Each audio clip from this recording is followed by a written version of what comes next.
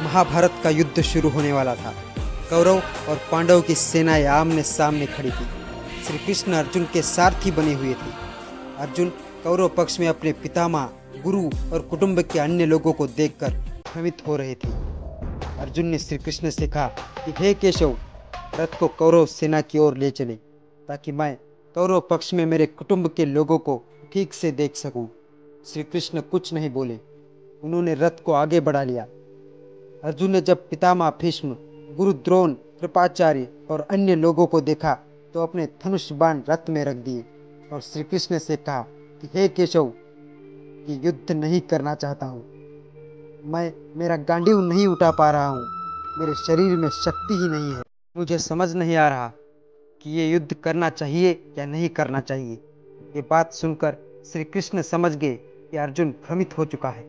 तब श्री कृष्ण ने कहा कि जीवन में सारी कमजोरियां चल सकती है, लेकिन भ्रमित होना सबसे खतरनाक है।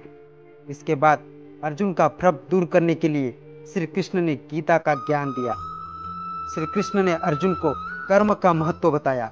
श्री कृष्ण ने कहा कि तुम युद्ध इसलिए नहीं कर रहे हो क्योंकि तुम्हारे सामने तुम्हारे रिश्तेदार खड़े हैं, तुम्हारे अपने लोग हैं।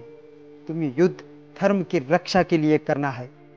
हमें सिर्फ अपने कर्म पर ध्यान देना चाहिए, फल की चिंता हमें नहीं करनी चाहिए।